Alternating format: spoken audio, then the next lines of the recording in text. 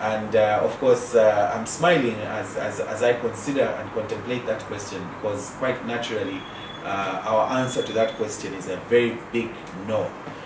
Why do I say that? There is this narrative that is going around the country that there have not been any convictions, and therefore the fight against corruption is nothing but a farce. But I believe the contrary is true. We all ought to know that the legal process begins with an investigation.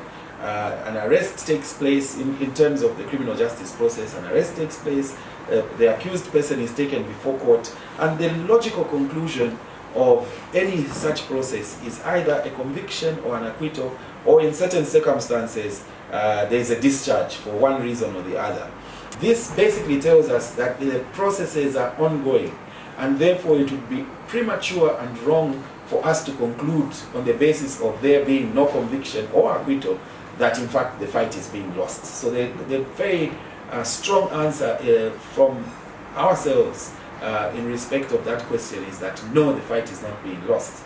That, for instance, the seizure notice in respect of the property owned by the accused person, Mr. Honorable Bowman Mulambo, was released back to him. And the question that arises is, does that mean that, again, coming back to the issue that was raised, we are losing that fight? Colleagues, I'll make a general statement in relation to that. There have been various allegations, again, from various sections of society, specifically the opposition, who have said that the whole fight is a witch hunt, and that it is basically aimed at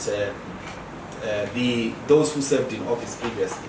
Now, so for me, this is a very positive sign, and the nation should take it as such that, look, the fairness of the proceedings before these courts has now been demonstrated by the fact that they are able to make decisions in favor of the accused persons. The very accused persons who not too long ago were saying there's a witch hunt and that they were not sure whether they would get justice before these courts. These decisions that we have seen in the last couple of days prove the contrary.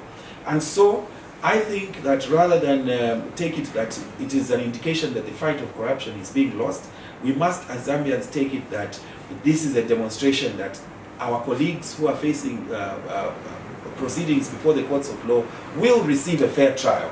And that really is the long and short of it. But as at now, I believe the ACC is necessary and that it will continue to do a good job.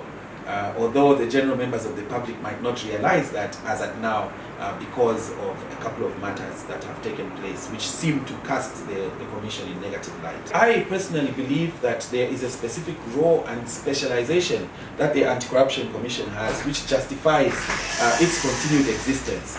And in that regard, I would think that rather than saying we disband it or dismantle it and basically do away with that law enforcement agency, we would rather harmonize the various offenses which sit under the enabling provisions that allow the Anti-Corruption Commission to pursue corruption matters, for example, and matters relating to abuse of authority of office.